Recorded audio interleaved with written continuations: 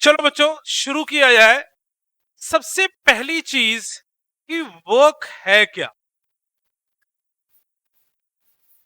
आपको कोई भी वर्क बोलेगा तो आपके मन में सबसे पहली क्या बातें आएंगी? क्या बातें आएंगी वर्क के बारे में? कुछ बताओ। पढ़ा आपने क्लास 9? बताओ। छोटी बताओ कुछ वर्क के बारे में। बताओ छोटी कुछ। आप बताओ।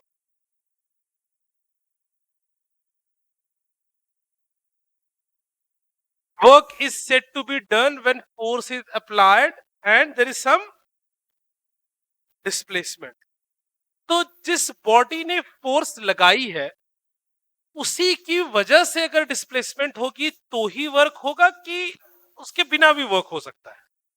अब मेरा क्वेश्चन समझे क्या कह रहा हूं? बाकी लोग अब मेरा क्वेश्चन समझे? पहले मैं थोड़ी बातें क्लियर कर देता हूं। थोड़ी 9th वाली बात से ही शुरू करता हूं। अगर आपको जब भी कोई वर्क बोले तो 3 बातें आपके दिमाग में तुरंत आनी चाहिए। 3 बातें क्या क्या?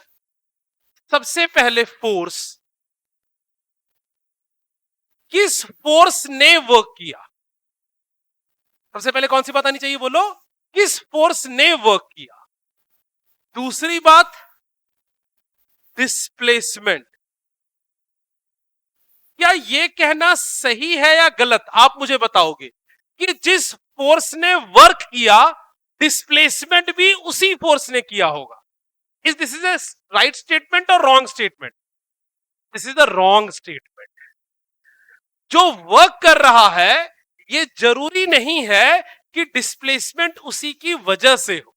एक एग्जांपल लेता हूं। मान लो वापस ये देखो, ये है चेयर मेरे पास। आओ ध्यान से देखना जरा इसको। इस पे नीचे कौन सी फोर्स लग रही? mg। ऊपर कौन सी फोर्स लग रही?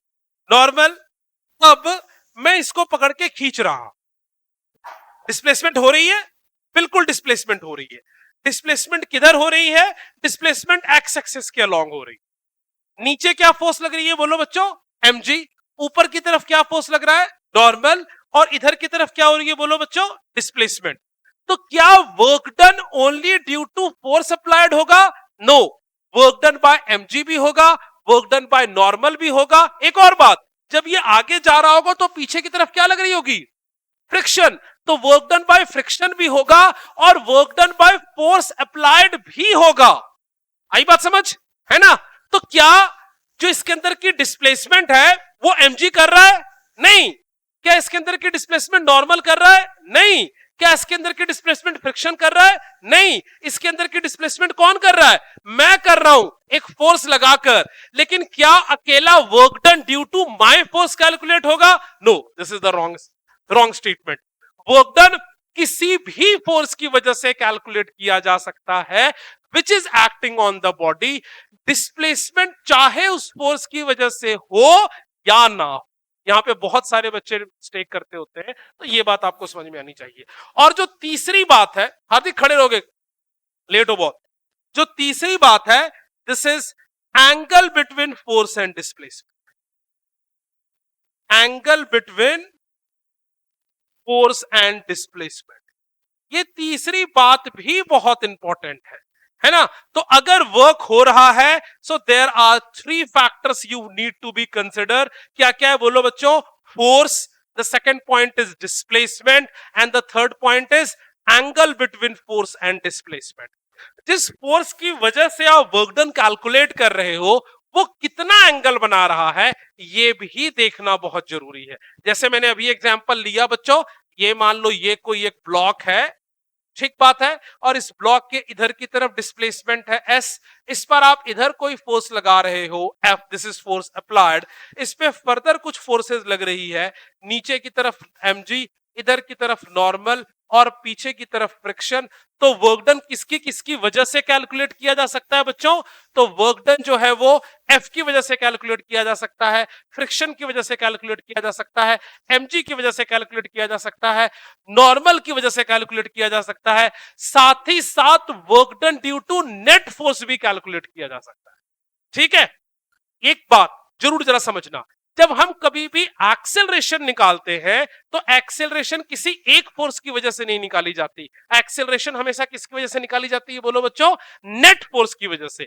लेकिन जो वर्क डन है वो नेट फोर्स की वजह से नहीं निकाली जाती, work done is calculated due to any given force.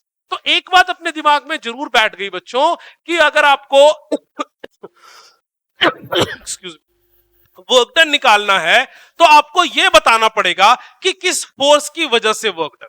जैसे अगर मैंने इस बेंच को भी खींचना शुरू किया और ये बेंच यहां पे चल रहा है और मैंने बोला find the work done, is this statement is complete और इनकंप्लीट?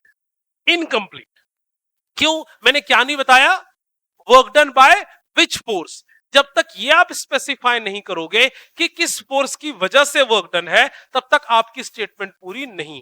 तो आपको ये बाकी बातें खुद ब खुद पता लग जाएंगी कि डिस्प्लेसमेंट और angle between force and displacement, one thing you need to specify is the force जो के वजह से आपको वर्क डन निकालना है। एक तो ये बात क्लियर हो।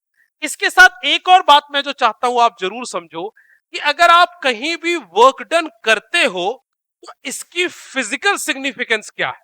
What is the physical significance of this? मान लो आपने आज कुछ काम किया, फिजिक्स में काम करने का मतलब तो वो है नहीं जो आप काम करते हो, ठीक है, क्योंकि फिजिक्स में काम करने का मतलब ये दो तीन बातें हैं। तो जो भी आपने वर्क किया है, इस वर्क का फिजिकल सिग्निफिकेंस क्या है मैं आपको बता देता हूं। इस चीज में आपकी शायद थोड़ी इंफॉर्मेशन अधूरी हो। वर्क करने का मतलब है ट्रांसफर ऑफ एनर्जी। अगर आप वर्क करोगे तो there is always transfer of energy. ये अपने दिमाग में बात बिठा के रखना, क्वेश्चंस करने में ये आपका कंसेप्ट हमेशा काम आएगा। तो वर्क का मतलब क्या होता है? हमेशा ट्रांसफर ऑफ एनर्जी। तभी इस चैप्टर में आगे जाकर आप सारी एनर्जी के बारे में बात करते हो। इसी चैप्टर में हमने डिटेल में काइनेटिक एनर्जी पढ़नी है, इसी चैप्टर में आगे जाके हमने डिटेल पोटेंशियल एनर्जी पढ़नी है, वो बाद में पढ़ेंगे। तो वर्क के बारे में बेसिक बात क्लियर हो गई। वर्क के मतलब क्या हुआ बोलो बच्चों? फोर्स होनी चाहिए, डिस्प्लेसमेंट होनी चाहिए, आपके पास angle between force and displacement होनी चाहिए। इससे आप वर्क निकाल सकते हो, कैलकुलेट कर सकते हो। और जो आपने वर्क निकाला है उसका क्या मतलब है? इसका बेसिक मतलब है this is the amount of energy has been transferred. अगर मान लो मैंने एक ब्लॉक को नीचे से एक यहां पत्थर रखा था, उस पत्थर को यहां से उठाकर ऊपर तक लाया और मैंने 10 जूल ऑफ वर्क किया, इसका मतलब क्या है? मैंने 10 जूल ऑफ एनर्जी उसको ट्रांसफर कर। अब उस उठे हुए पत्थर के पास 10 जूल ऑफ एनर्जी हो गई है, उसको मैं यहां से अगर आपके ऊपर छोड़ दूंगा तो वो आपके सर पे फिर 10 जूल ऑफ एनर्जी ट्रांसफर कर देगा, है कि नहीं? अब ये पेन तुम यहां तक ले जाओ, इस पेन यहां आपके पास रखा है, इसको उठाकर यहां ले आओ, ऐसे रखो और छोड़ो। आप छोड़ो, देखो आपको एनर्जी ट्रांसफर फील होगा। Energy will be transferred in the form of kinetic energy on your head, है कि नहीं? सो वर्क डन का मतलब क्या है? ऑलवेज ट्रांसफर ऑफ एनर्जी, है ना? चलो और आगे लिख, पहले इतनी बात नोट डाउन कर लो। यस प्लीज, हाँ कोई डिस्कस करा। हाँ, वर्क डन जीरो को बेटा, क्योंकि डिस्प्लेसमेंट की वैल्यू जीरो हो रही है, ठीक है। वर्क होने के लिए फोर्स और डिस्प्लेसमेंट की कोई वैल्यू होनी चाहिए। मैं मैथमेटिकल रिलेशन पर आता हूं, तो पहले आप ये बात नोट डाउन कर लो। ये तो मैंने अभी इंट्रोडक्शन दिया है, वर्क कैलकुलेट करते कैसे वो भी आपको सिखा रहा हूं।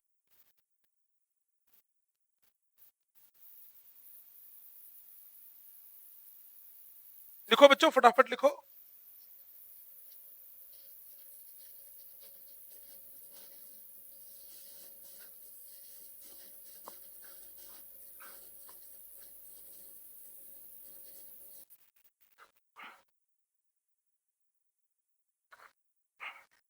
नेक्स्ट टॉपिक बनाओ, हो गया? Work done by a constant force. So next topic is, इसी के साथ वर्क डन निकालना है and by a constant force.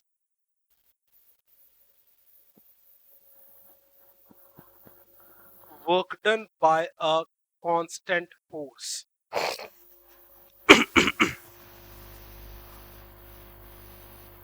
चलूं आगे बच्चों। So now is work done by a constant force. Done by a constant force. तो यहां से एक बात आप और सीख गए मेरा बिना बोले, कि वर्क दो फोर्स की वजह से हो सकती है। कौन कौन सी force? Constant force and variable force. पहले हम सीखेंगे वर्क डन बाय कांस्टेंट, तो मान लो ये कोई एक सरफेस है और इस सरफेस के ऊपर ये एक ब्लॉक रखा है, जिस ब्लॉक पर आप एक फोर्स F लगा रहे हो which is making an angle theta with the horizontal. अगर आप फोर्सेस के कंपोनेंट ब्रेक करोगे तो this component is my F cos theta and this component is my F sin theta, और इसकी डिस्प्लेसमेंट इस डायरेक्शन में आगे की तरफ हो रही है। आप खुद बता सकते हो बच्चों विच component of force is responsible for displacement of the body, F cos theta और F sin theta, F cos theta. तो यहां पे जो वर्क आएगा, वर्क होगा F cos theta into displacement. So basically work is the component of force along the displacement into displacement. तो सीधे आप वर्क लिख सकते हो फोर्स डॉट डिस्प्लेसमेंट। आप बच्चों जिनको आप में से वेक्टर नहीं आता है, मैं आपको फिर से बोलूंगा प्लीज रिवाइज द वेक्टर, है ना, उसके बिना आपको वर्क के क्वेश्चंस करने में परेशानी आएगी। यहां पे डॉट प्रोडक्ट ऑफ वेक्टर भी यूज होगा और बाकी वेक्टर का कंसेप्ट भी यूज होगा। सो you can say work can be calculated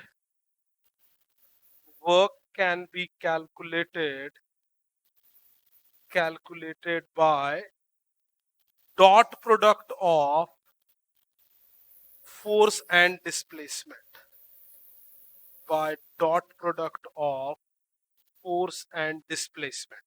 आप सबको मैंने हमेशा पढ़ाया हुआ है कि डॉट प्रोडक्ट से मिलने वाला रिजल्ट हमेशा कैसा रिजल्ट होता है, बोलो बच्चों, स्केलर रिजल्ट होता है। तो यहां से ये बात भी क्लियर होती है कि work is a scalar quantity. तो वर्क कैसी क्वांटिटी है?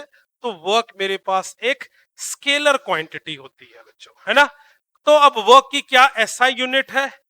तो SI unit of work is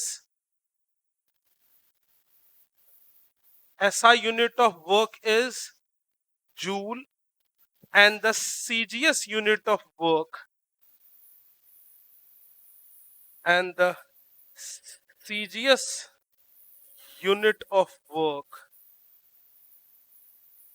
is erg, है ना। आपने इनका रिलेशन भी यूनिट्स एंड मेजरमेंट में पढ़ा हुआ है।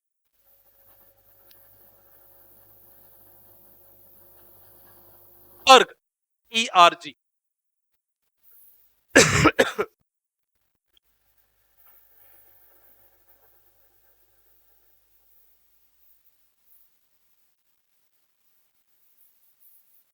ठीक है बात बच्चों, है ना।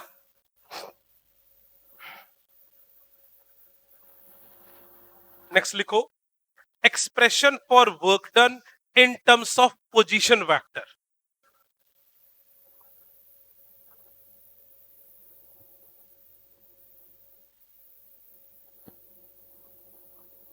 पहले इसको समझ लेना बेटा, फिर नोट डाउन करना।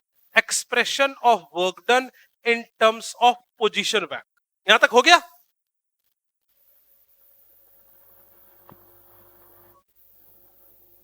CGS unit of work is erg।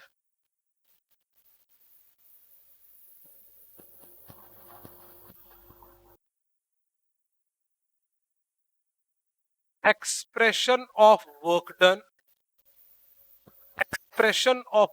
done in terms of position vector।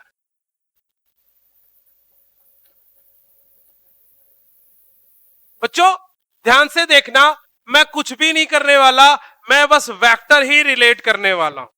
यहां ध्यान से देखना बच्चों, ये एक्स एक्सेस है, ये वाई एक्सेस है। एक पार्टिकल पहले किसी पोजीशन पर था, let the position is P, और इसकी पोजीशन वेक्टर थी यहां पर R1, और इसमें मान लो कोई भी एक फोर्स लग रहा था, let the force is F vector. इस फोर्स की वजह से ये पार्टिकल P से मूव करके चला गया Q पे, this is the final position R2। तो आप क्या डिस्प्लेसमेंट वेक्टर निकाल सकते हो, बोलो बच्चों यस और नो। कैसे निकालोगे? If this is O, this is P, this is Q, so from triangle law of vector addition, मैं रिवाइज करा दे रहा हूं ताकि आपको क्वेश्चंस करने में दिक्कत नहीं हो। तो triangle law of vector addition क्या कहेगा, बोलो बच्चों, OP vector plus PQ vector is going to be OQ vector. याद करो यस और no. This vector plus this vector give you resultant vector, yes और नो? तो आपके पास PQ वेक्टर में आपके पास क्या आ जाएगा, बोलो बच्चों? PQ vector is equal to OQ vector minus OP vector. So PQ vector क्या आ जाएगा? OQ वेक्टर क्या है बोलो बच्चों मेरे पास? R2 vector minus R1 vector, ये आ गया PQ vector. This is my displacement vector. So displacement vector is equal to R2 minus R1। तो यहां पर अगर आपसे कोई वर्क कहेगा तो वो होगा force dot displacement which is force vector into dot product of R2 minus R1। मैं फिर से हर बच्चे को रिमाइंड करा रहा हूं, प्लीज रिवाइज डॉट प्रोडक्ट। आप पूरा डॉट प्रोडक्ट एक बार थोरोली रिवाइज कर लो बच्चों, डॉट प्रोडक्ट की जरूरत पड़ेगी। अगर आपको समझ नहीं आया तो समझ जाना कि आपको डॉट प्रोडक्ट भूल रहा है। हाँ जी सर। पहले पार्टिकल P पे था, मैंने एक फोर्स लगाई, पार्टिकल Q पे चला गया, तो मैंने डिस्प्लेसमेंट निकाली, मैंने triangle law of vector addition लगाया, जिससे मुझे पार्टिकल की डिस्प्लेसमेंट मिल गई। सिंपल।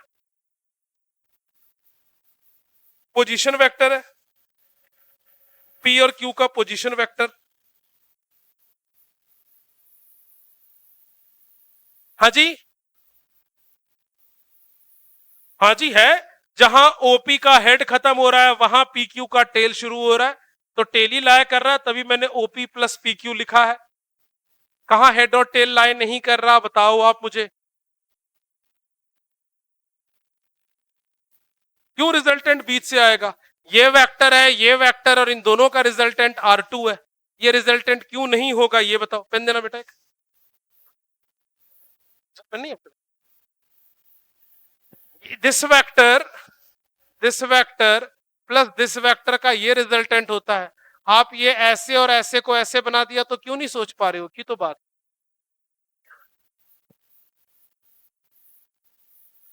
ये रहा इसका हेड, ये रहा इसका टेल, और ये रहा रिजल्टेंट। एक बात और बच्चों, इसके लिए मुझे प्लीज कोई रिक्वेस्ट नहीं करेगा, मेरे को बिना बताए या पेरेंट्स के कॉल के बिना आज के बाद से जो क्लास मिस करेगा मैं उसको ऐप से डीएक्टिवेट कर दूंगा, ठीक है? तो ये आपकी रिस्पॉन्सिबिलिटी होगी, मेरे पास फर्दर इंफॉर्मेशन होगा तभी आप क्लास मिस करोगे, नहीं तो कोई बात नहीं, आप आओ जाओ, मुझे कोई परेशानी नहीं। मेरे को ऐप में एक्टिवेट करने के लिए नहीं बोलोगे आज के बाद। आरव अग्रवाल, आरव अरोड़ा, अदिति, अहम, अक्षरा, अमन, अमृतपाल, अनंतिका, अनहद, बहुमन्य, धृतिका, दिलराज, दिवजोत, गौरिश, हार्दिक सूद। तू अगर टेस्ट देने नहीं आएगा मैं ऐप से डीएक्टिवेट कर दूंगा तेरे को। तू कल आया नहीं था, ये तेरी हैबिट का पार्ट बन गया, मैं ये टॉलरेट नहीं करूंगा अपनी क्लास में। हरनूर, हर्षित जैन, हेजल, इंकल, इनायत, ईशा, जैस्मिन, जपेश, जशन, जयंत, कृष, कुलनीत, मनरूप, मनसाहिब, महक, मौलिक, नैना, निपुण, पावनी, प्रभजोत, प्रणव, राविया, रवप्रीत, रिधि, रिधिमा, रिधिमा शर्मा, संयम, समायरा, समृद्धि, सारा, सहज, रामपाल, सोहम, तानुष, उत्कर्ष, वंश, वृंदा, यशिका, वृंदा, यशिका, जायना, माधव, सुबन।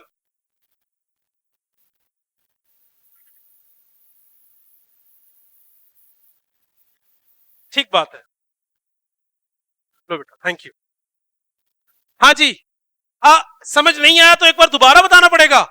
बच्चों वेक्टर वाला बात मेरे को बार बार पूछोगे, मैं आज बता देता हूं, पर कल से मेरे को डॉट प्रोडक्ट के बारे में मत पूछना। हाँ जी, हाँ वो हाँ, अभी तभी तो मैंने केवल वेक्टर फॉर्म में लिखा है। अब अगर ये 2D या 3D में मूव कर रहा होगा तो हम वेक्टर में आई कैप और जे कैप के फॉर्म में लिखेंगे, वो मैं यही लिखा रहा हूं अगला। तो लिखो expression of work done in coordinate system. तो अगर मेरे पास एफ है, मान लो x1 आई कैप प्लस y1 जे कैप प्लस z1 के कैप, मैं इतनी हेल्प कर दूंगा कि जिसको डॉट प्रोडक्ट नहीं याद या प्रॉब्लम है मेरे से अलग से टाइम लेके समझ ले, बट मैं क्लास में डॉट प्रोडक्ट नहीं एक्सप्लेन करूंगा, क्लास का टाइम किल होएगा। जिस बच्चे को आता है वो इजीली समझ लेगा, जिसको नहीं आता डॉट प्रोडक्ट या भूल चुके हो, अलग से लेकर टाइम मेरे से समझ लो, या आप खुद लेक्चर देखो या मेहनत कर लो, वो जो आपको सूट करता है। अगर इसकी डिस्प्लेसमेंट मैंने ले ली x2 आई कैप प्लस y2 जे कैप प्लस z2 के कैप, तो यहां से वर्क डन का फॉर्मूला हो जाएगा F डॉट एस। और आपको याद होगा डॉट प्रोडक्ट में आई कैप के कोफिशिएंट को आई कैप से मल्टीप्लाई करते हैं, जे कैप के कोफिशिएंट को जे कैप के साथ, के कैप के कोफिशिएंट को के कैप के साथ, और हम आई कैप जे कैप के कैप नहीं लिखते हैं। तो यहां से वैल्यू आ जाएगी x1 x2 plus y1 y2 plus z1 z2, यही आपके पास वर्क आएगा अगर फोर्स और displacement I cap J cap के कैप के फॉर्म में दिया हुआ हो।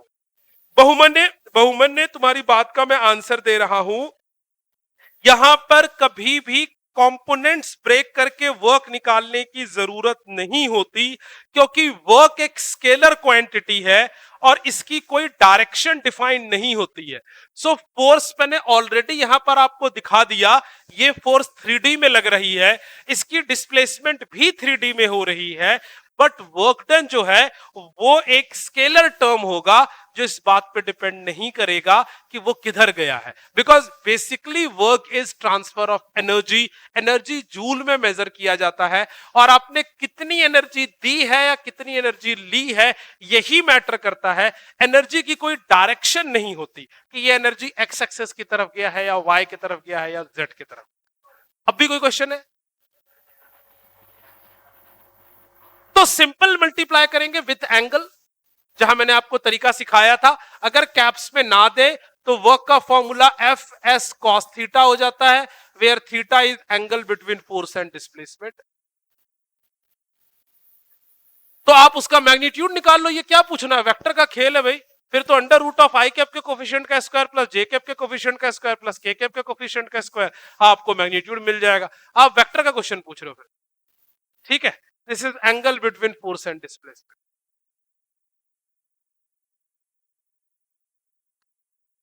ठीक है बात। अच्छा जी, अब एक बात समझना कि देयर, पहले कुछ पॉइंट नोट डाउन करके लिख लो जरा, नोट करके कुछ पॉइंट लिखो। पहला पॉइंट लिखना, कुछ की पॉइंट लिख लो फटाफट। पहला पॉइंट लिखना, we can calculate work done by a force. ये बात मैंने आपको समझा भी दी है। We can calculate work done by a force on an object, but that force is not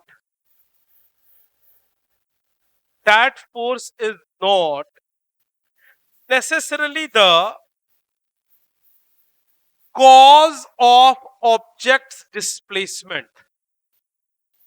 That force is not necessarily the cause of object's displacement. आई बात समझ? मतलब आप उस फोर्स के लिए भी वर्क डन कैलकुलेट कर सकते हो जिसने डिस्प्लेसमेंट नहीं की हो, ये मैंने आपको स्टार्ट में ही बता दिया था। एक और बात समझना बच्चों, जैसे आपकी वेलोसिटी किसी टाइम पर निकाली जाती है, इंस्टेंटेनियस, आपकी एक्सेलरेशन किसी टाइम पर निकाली जाती है, इंस्टेंटेनियस, लेकिन जो वर्क डन है ये हमेशा किसी इंटरवल के लिए डिफाइंड है। ये इंस्टेंटेनियस वर्क डन जैसी कोई चीज नहीं होती। जैसे आप अपने घर से मेरे एकेडमी तक आए, यहां तक कि डिस्प्लेसमेंट के लिए वर्क डन निकाला जा सकता है। अगर आपसे पूछेगा कि जब आप ड्रम चौक पे थे, एट दैट इंस्टेंट आपका कितना वर्क डन था, आप इसको कैलकुलेट कर ही नहीं सकते, because it is calculated over a period of time. It is calculated over a interval of time. Work done instantaneous नहीं होता, because ये एक जगह से दूसरी जगह की डिस्प्लेसमेंट के लिए कैलकुलेट किया जाता है। तो नोट डाउन करके सेकंड पॉइंट लिखना। सेकंड पॉइंट लिखना, work is defined for an interval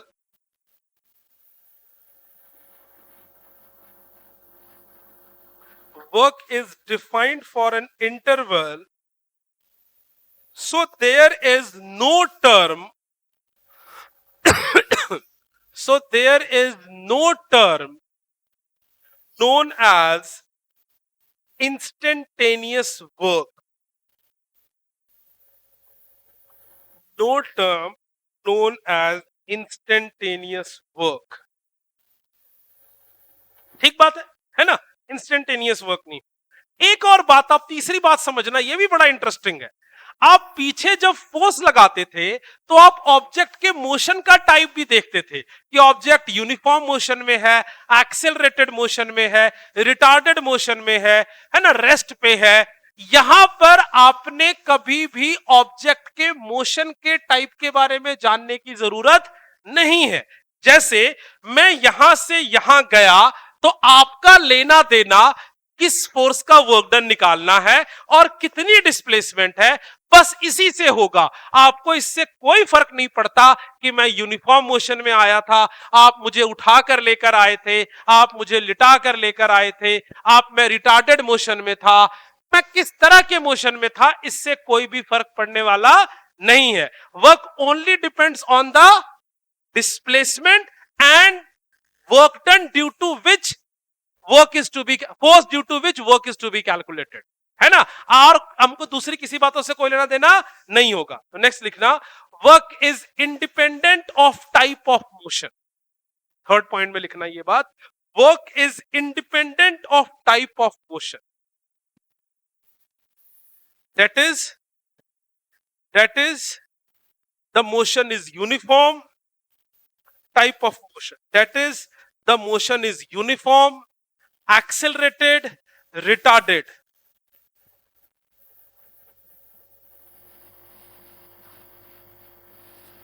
Last point likhna, when several forces are acting on a body, the work done by a force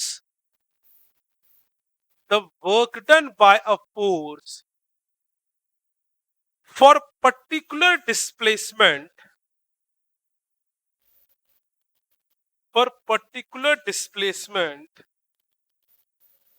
is independent of other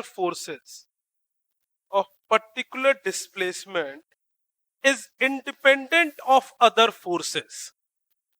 इसका मतलब भी समझाता हूं बच्चों। जैसे मान लो यही पुराना एग्जाम्पल है, इस पे फोर्स F लगी, नीचे mg लगा, ऊपर नॉर्मल लगी, पीछे फ्रिक्शन लगी और पार्टिकल की डिस्प्लेसमेंट S हुई। अब किस फोर्स की वजह से वर्क डन निकालना चाहते हो? मान लो मैं work done due to friction निकालना चाहता हूं। बच्चों ध्यान यहां देना, तो अगर मैं work done due to friction निकालना चाहता हूं तो मेरा सारा ध्यान फ्रिक्शन और डिस्प्लेसमेंट की तरफ ही रहेगा। मुझे नॉर्मल mg और फोर्स की कोई भी चीज कैलकुलेट करने की जरूरत नहीं है, उनकी वजह से कोई इफेक्ट प्रोड्यूस नहीं होने वाला। So you will only consider the value of friction as well as the displacement. आपने mg, नॉर्मल या फोर्स अप्लाइड पे कोई भी ध्यान देने की जरूरत नहीं। ठीक बात है ना। तो जिस फोर्स की बात कर रहे हो आप केवल उस फोर्स की तरफ ही देखो। चलो अब बात करते हैं टाइप्स ऑफ। बात और याद रहे, हमने अभी तक कांस्टेंट फोर्स के ही वर्क की बात कर लेंगे आज वेरिएबल फोर्स। तो टाइप्स ऑफ वर्क, वर्क तीन तरीके का होता है, positive work, negative work and zero work. इन सब का एग्जाम्पल भी आप याद रखो। तो तीन तरीके का वर्क हो गया, पॉजिटिव, नेगेटिव, जीरो। समझना, फिर आराम से नोट डाउन करना। अगर कभी भी एंगल जो थीटा का है वो लेस देन 90 डिग्री है और एक्यूट है, तो work done will be always positive, कोई दिक्कत वाली बात। अगर एंगल जो थीटा फोर्स और डिस्प्लेसमेंट के बीच में है, it is greater than 90 degree, तो जो वर्क की वैल्यू होगी this is going to be negative. So for acute angle work is positive, for obtuse angle work is negative। और अगर कभी भी थीटा की वैल्यू 90 के बराबर होती है तो यहां से वर्क डन की वैल्यू जो है वो जीरो के बराबर हो। तो पहले ये तीन कंडीशन आपको समझ में आनी चाहिए, फिर इसके एग्जाम्पल की बात कराता हूं और फिर इसके प्रैक्टिकल सिचुएशन की बात कराता हूं। पहले इतनी बात आप नोट डाउन कर लोगे।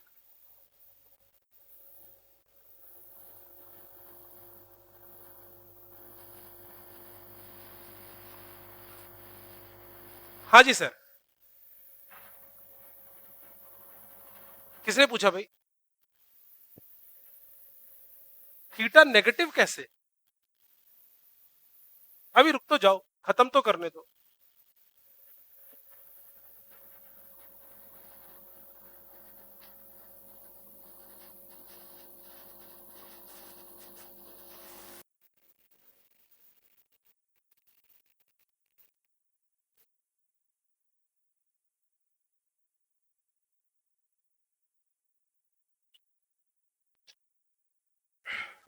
ठीक बात। अब इसने पूछा, एक बच्चे ने, थीटा नेगेटिव कैसे, वर्क डन नेगेटिव कैसे?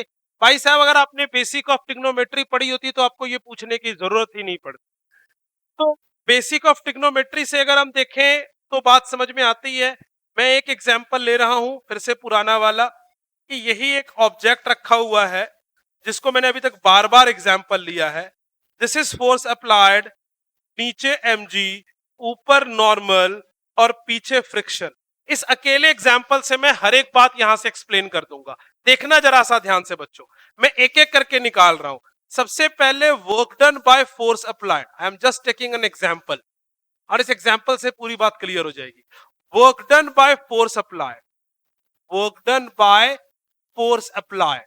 आप ये देख सकते हो कि पार्टिकल की डिस्प्लेसमेंट इधर हो रही है, तो फोर्स और डिस्प्लेसमेंट के बीच का एंगल 0 डिग्री है, तो यहां से वर्क डन हो जाएगा force dot displacement which is F S cos theta.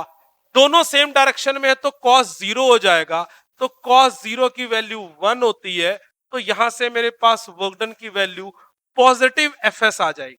मैंने लास्ट में एक लाइन लिखी थी कि अगर वर्क डन पॉजिटिव हो रहा है इसका मतलब फोर्स मोशन को क्या कर रहा है, सपोर्ट कर रहा है। आप देख सकते हो ये फोर्स इस मोशन की डायरेक्शन को क्या कर रहा है, बोलो बच्चों, सपोर्ट कर रहा है। मैं सेकंड एग्जांपल लेता हूं, work done bye frictional force. मैंने आपको पढ़ा रखा है, आप किसी की वर्क डन निकाल सकते हो। So second, in this given condition work done bye frictional force, अगर आप work done bye frictional force निकालोगे तो फिर वर्क डन हो जाएगा फ्रिक्शन डॉट डिस्प्लेसमेंट। बच्चों ध्यान से देखो, फ्रिक्शनल फोर्स पीछे लग रही है, डिस्प्लेसमेंट आगे हो रही है। तुम में से कोई बच्चा बोलेगा सर फोर्स पीछे लग रही है, डिस्प्लेसमेंट कैसे आगे हो रही है? मैंने आपको पहले पढ़ाया है, आप वर्क डन उस फोर्स के लिए नहीं निकाल रहे जो डिस्प्लेसमेंट कर रहा है, आप उस बॉडी पे लगने वाले हर फोर्स के लिए वर्क डन कैलकुलेट कर सकते हो। तो इस पे फ्रिक्शन पीछे लग रही है, डिस्प्लेसमेंट आगे लग रही है, तो एंगल हो जाएगा F R S cos 180 degree, है ना। अगर आपको नहीं याद तो मैं बता दूं, एंटी पैरेलल वेक्टर्स के बीच का एंगल कितना होता है, 180 degree. So this is this displacement and this is force. Cos 180 degree is -1, सो यहां से वैल्यू आएगी माइनस फ्रिक्शन इंटू डिस्प्लेसमेंट।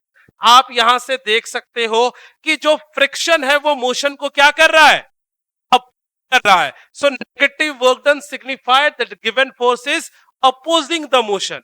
अब दो और फोर्स बच गया, कौन कौन सा बोलो बच्चों, नॉर्मल एंड mg। आप देखो नॉर्मल के लिए वर्क डन निकालो, third case work done by normal force. एक एग्जांपल से पूरी बात क्लियर हो जाती है। सो work done by normal force क्या हो जाएगा फिर से, नॉर्मल डॉट डिस्प्लेसमेंट। यहां चेक करना बच्चों, नॉर्मल और डिस्प्लेसमेंट में क्या एंगल बन रहा है, the angle is 90 degree. Put कर दो 90 यहां पर, क्या लिखोगे, एन एस कॉस 90। आप सबने ट्रिग्नोमेट्री में पढ़ा हुआ है कॉस 90 की वैल्यू किसके बराबर होती है, बोलो 0 डिग्री। तो वर्क डन किसके बराबर हो गया, बोलो 0 डिग्री हो गई। एक और देख लो fourth case, that is work done by weight force, that is work done by weight force. अगर ये भी देखोगे आप तो क्या होगा, नीचे वर्क डन mg और डिस्प्लेसमेंट इनटू cos 90, अगेन 0 है तो वर्क डन की वैल्यू 0 हो गई। सो इन दिस गिवन सिचुएशन आप तीनों चीजें देख सकते हो कि एक केस में वर्क डन पॉजिटिव हो रहा है, नेगेटिव हो रहा है, 0 हो रहा है ना। तो पॉजिटिव का मतलब है force favours the motion, negative का मतलब होता है फोर्स अपोजेस द मोशन। ठीक है बात।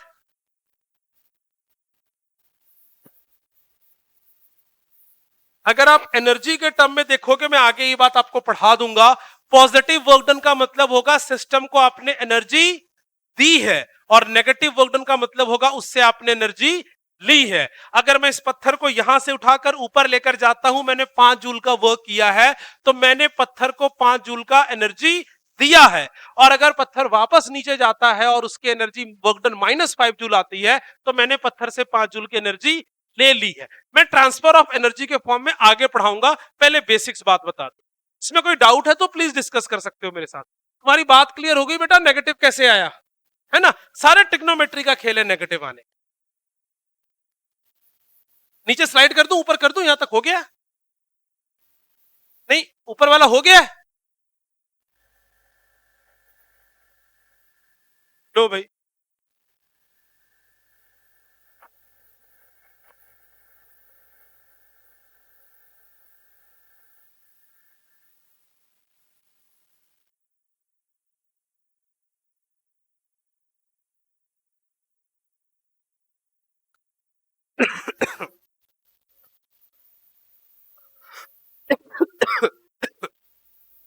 ठीक, तो और बोलू, हाँ जी, मतलब ऊपर ऊपर, हाँ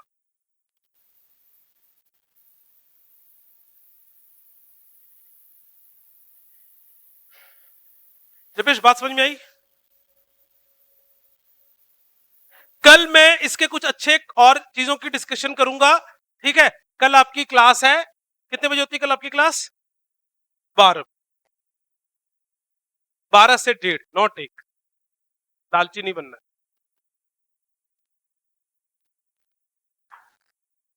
मेजर टेस्ट के लिए पढ़ रहे हो, ईमानदारी से कितने लोग तैयारी कर रहे हो,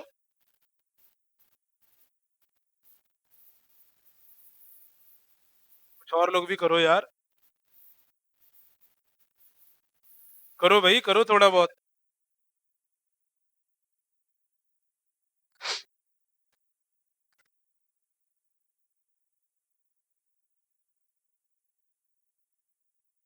मेरी बात सुनो, मैं आपको पहले बोल चुका हूं, 7-8 दिन रह गए, मैं उन बच्चों को भी इसमें एड्रेस करना चाहता हूं।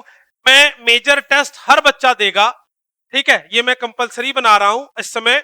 और तुम में से कुछ बच्चे कह सकते हैं कि सर मुझे जेई नीट नहीं करना है, कोई बात नहीं, एमसीक्यू टेस्ट आप जरूर दिया करो, आप इसके नाम पर बचा मत करो। अगर आपने जेई नीट की प्रिपरेशन नहीं करनी, कोई बात नहीं, आपके स्कूल एग्जाम में तो फाइनल में 18 एमसीक्यू आने हैं, और वो एमसीक्यू ठीक ठाक लेवल का आता होता है। तो मैं चाहता हूं कि मेजर टेस्ट के ही बेसिस पर आपके कमिंग एग्जाम्स की प्रिपरेशन होगी। तो मैं मेजर टेस्ट में भी और आने वाले एमसीक्यू टेस्ट में भी आपकी अटेंडेंस चाहता हूं। आप आओ, पेपर दो, नंबर 2 आए 5 आए, मोटिवेट डीमोटिवेट नहीं होना है। बिना पढ़े आप डीमोटिवेट होते नहीं, नंबर देख के डीमोटिवेट हो जाते। तब डीमोटिवेशन क्यों नहीं हो, जब नहीं पढ़ते हो तब। तो नंबर अगर कम भी आए तो कोई बात नहीं, मैं नहीं उसके लिए कभी आपको बोलूंगा कि आपके नंबर क्यों कम आए हैं। मैं आपको अप्रिशिएट करूंगा कि आप जेई नीट के लिए अगर प्रिपेयर नहीं कर रहे हो, still you are appearing for the test. अगर आपके घर वाले बोलेंगे तो आप कह देना जी, आप उनको भी पता होगा कि आप जेई नीट की प्रिपरेशन नहीं कर रहे। बट उसके बेसिस पर आपकी एमसीक्यू की तैयारी हो जाएगी जो आपके पेपर में भी आएगा। ठीक है, तो भाई मैं कल से सबको पूछूंगा, सबका अपडेट लूंगा। मैं चाहता हूं सबको ही साथ में मेजर टेस्ट की प्रिपरेशन करो। चलो जी, ये हो गई बात। एक और बात याद रखना जीरो वर्क डन के केस में, तो जीरो वर्क डन के बारे में एक दो बातें और करते हैं। फॉर जीरो वर्क डन, एक तो कंडीशन हो गई जीरो वर्क डन में कि angle between force and displacement is 90 degree. Angle between force and displacement is 90 degree. एक बात तो ये हो गई। दो और बातें हैं। क्या बातें हैं? If displacement of particle is equal to zero, if displacement of particle is equal to zero, अगर पार्टिकल में कोई डिस्प्लेसमेंट ही ना हो, जैसे अभी जपेश ने बोला कि मैं वॉल को धक्का मार रहा हूं, मैं फोर्स लगा रहा हूं, एंगल फोर्स और डिस्प्लेसमेंट की 0 डिग्री है, लेकिन कोई डिस्प्लेसमेंट हो ही नहीं रही, तो वर्क डन कितना हो जाएगा प्यारे बच्चों? 0। द थर्ड कंडीशन इज कि force, no force is acting on the particle, तो फिर कोई वर्क डन नहीं हो। No force is acting on the particle. हाँ जी सर। नहीं एनर्जी ट्रांसफर हुई, एनर्जी आपने दिया, उसने लिया ही नहीं, दीवार पे एनर्जी गई नहीं। ठीक है, तो एनर्जी उसकी पास रिसीव ही नहीं हुई। यहां एनर्जी ट्रांसफर हुई, देखो हीट के फॉर्म में, साउंड के फॉर्म में, ये पढ़ाऊंगा आपको। यहां भी एनर्जी ट्रांसफर हुई, यहां नो ट्रांसफर ऑफ एनर्जी। ठीक है, हाँ जी सर। नेट फोर्स 0 हो तो भी ये बात ठीक है, नो फोर्स होगा तो भी ये बात ठीक है। लेट्स टेक एन एग्जांपल, मैं एग्जांपल से समझा। मैं अभी यहां पे खड़ा हूं, ठीक, मेरे अंदर कोई डिस्प्लेसमेंट नहीं है, तो भी मेरे पे फोर्स, सॉरी आप कह सकते हो कि वर्क डन 0 है। अब मैं आपको अगर स्पेस में ले गया, ठीक है, जहां पर आपका सैटेलाइट रिवॉल्व कर रहा है, एक ऐसी सिचुएशन ले गया जहां पे नो ग्रेविटी जोन है, कोई दूसरी फोर्स नहीं लग रही। अब आपकी मूवमेंट तो हो रही है स्पेस में, स्पेस में बहुत सारी सेलेस्टियल बॉडीज मूव तो कर रही है आपस में, बट उसके ऊपर कोई फोर्स नहीं लग रही, तो वहां पर कोई ट्रांसफर ऑफ एनर्जी नहीं हो पा रहा। ठीक है, तो वहां पर फोर्स की वैल्यू 0 हो गई है। नेट फोर्स तो है नहीं, फोर्स ही नहीं है। ठीक है, तो अगर नेट फोर्स 0 है तो भी आपकी बात ठीक है कि मेरे पर इधर भी फोर्स लगाई गई, इधर पे फोर्स लगाई गई, मेरे पे दोनों फोर्स 0 है, तो भी आपकी बात ठीक है। लेकिन एक ऐसी सिचुएशन हो कि जहां कोई फोर्स ही ना हो, तो भी ये बात सही। ठीक, सो आइदर वेज ये बात आपकी ठीक है। एक और बड़ा अच्छा एग्जांपल है इसका, वो भी ध्यान रखना बच्चों। अभी आपको मैंने सर्कुलर मोशन पढ़ाया था, सेंट्रीपिटल फोर्स पढ़ाई थी। अगर पार्टिकल सर्कुलर पाथ पे घूम रहा है तो अंदर की तरफ सेंट्रीपिटल फोर्स लगता है और इधर की तरफ डिस्प्लेसमेंट होती है। तो आप ये बात हमेशा याद रखना कि work done by centripetal force is always 0। ये आप हमेशा याद रखना कि work done by centripetal force is always 0, क्योंकि centripetal force along the radius लग रहा है और डिस्प्लेसमेंट अलोंग द टेंजेंट है, तो डिस्प्लेसमेंट और फोर्स के बीच का एंगल 90 डिग्री होगा। तो यहां भी वर्क डन की वैल्यू जो है वो किसके बराबर होगी? बोलो प्यारे बच्चों, 0 के बराबर होगी। So work done by centripetal force is always equal to 0।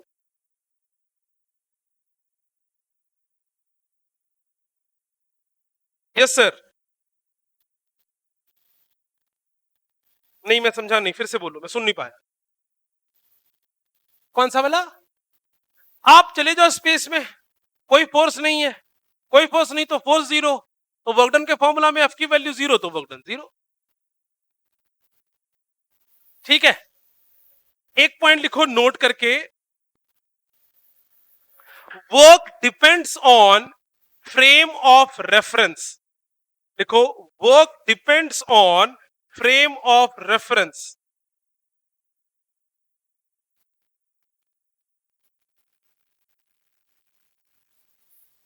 Because by changing frame of reference, by changing frame of reference, displacement of particle could change by changing frame of reference. Displacement of particle could change, hence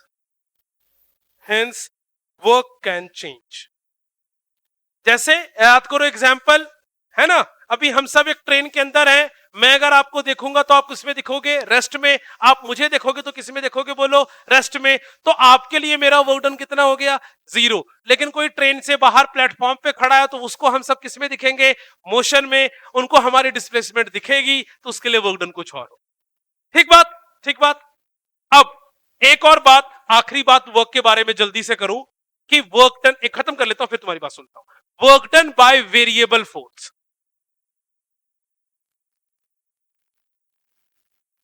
work done by variable force. आपने देखा होगा बच्चों, पीछे मैंने जब बात की थी तो work done bye constant force लिखा था, तो work done by variable force. इसमें दो बातें हो सकती हैं, आप आराम से ध्यान से सीख लो। ये concept very similar to the concept of impulse है। क्या क्या बात हो सकती है, पहला, work displacement relation is given,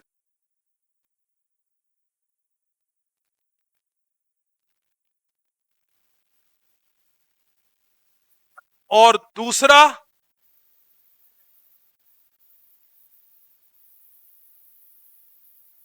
work displacement graph is given.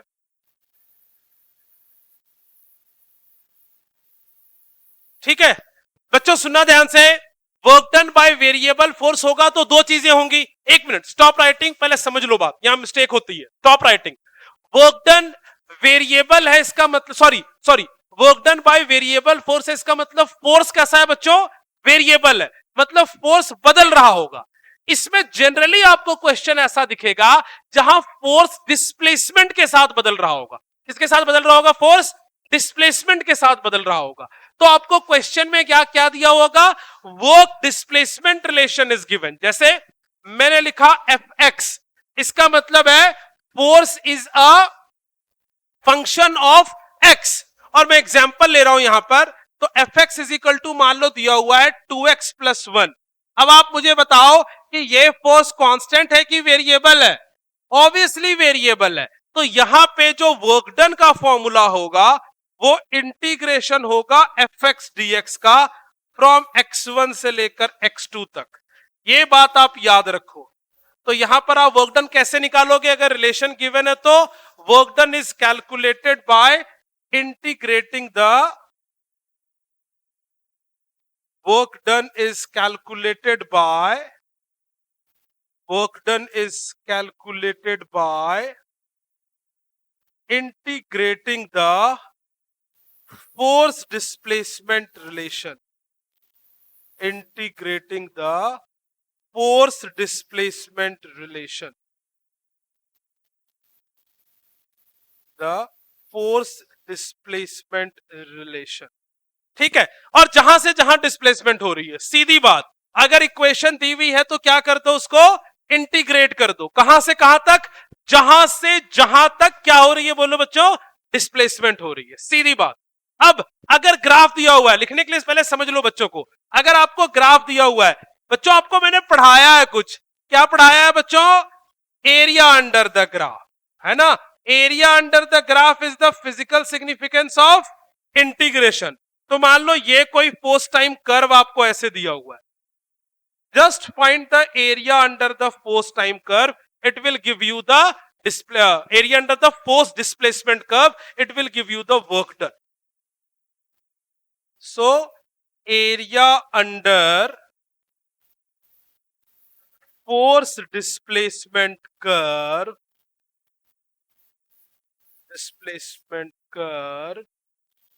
will give you work done। इसमें दो बातें याद रखना बच्चों, अगर अगर अगर ये F और X आप पॉजिटिव एरिया निकाल रहे हो तो यहां वर्क डन की वैल्यू पॉजिटिव होगी, और अगर आप एफ और एक्स का नेगेटिव एरिया निकाल रहे हो तो यहां वर्क डन क्या होगा बोलो बच्चों, नेगेटिव। सो वर्क डन की वैल्यू पॉजिटिव या नेगेटिव इस बात पे डिपेंड करेगी कि एरिया की वैल्यू क्या आ रही है, पॉजिटिव या नेगेटिव। एक बार मेरे साथ जल्दी से रिपीट कर लो क्या हो गया, तो फिर मैं एंड बनाऊंगा ग्राफ लिखने से पहले। सबसे पहले मेरे साथ वर्क का कोई फॉर्मूला आए, सबसे पहले आपने क्या चेक करना है, फोर्स। फोर्स कितने तरीके का, दो तरीके का, कौन कौन सा, कांस्टेंट, वेरिएबल। अगर फोर्स कांस्टेंट है तो एक ही फॉर्मूला, कौन सा फॉर्मूला, एफ डॉट एस, बात खत्म। डॉट प्रोडक्ट करने के दो तरीके, कौन कौन सा, Cartesian form, polar form. Polar form का मतलब फोर्स और डिस्प्लेसमेंट का एंगल दिया हुआ हो, कार्टेशियन फॉर्म का मतलब फोर्स और displacement I cap J cap के कैप के फॉर्म में दिया हुआ हो। तो कांस्टेंट फोर्स में वर्क डन का दो formula, F S cos theta या फिर x1 x2 plus y1 y2 plus z1 z2, काम खत्म। अब इधर आ जाओ फोर्स वेरिएबल। वेरिएबल फोर्स की दो कंडीशन, क्या क्या, force displacement relation is given और इक्वेशन इज गिवन, और force displacement graph is given. अगर रिलेशन दिया हुआ है तो क्या करेंगे बच्चों, इंटीग्रेट। किसकी इंटीग्रेशन, फोर्स और डिस्प्लेसमेंट की, फोर्स डिस्प्लेसमेंट रिलेशन की integration over a interval of time. Please confirm yes और नो। और वो कौन सा इंटरवल होगा, जहां से जहां तक डिस्प्लेसमेंट हो रही है। और अगर अगर अगर कर्व दिया हुआ है तो क्या फाइंड करोगे बोलो, एरिया अंडर द कर्व। ठीक बात, हाँ जी, फोर्स डिस्प्लेसमेंट रिलेशन ही लिखा है मैंने, force displace work done by variable force. अच्छा ये होगा बेटा, गलती से लिख दिया, वर्क वर्क दिमाग में चल रहा है ना, दिस इज फोर्स, है ना, नोट डाउन कर लो बच्चों। हाँ जी, ये हो गया सबका,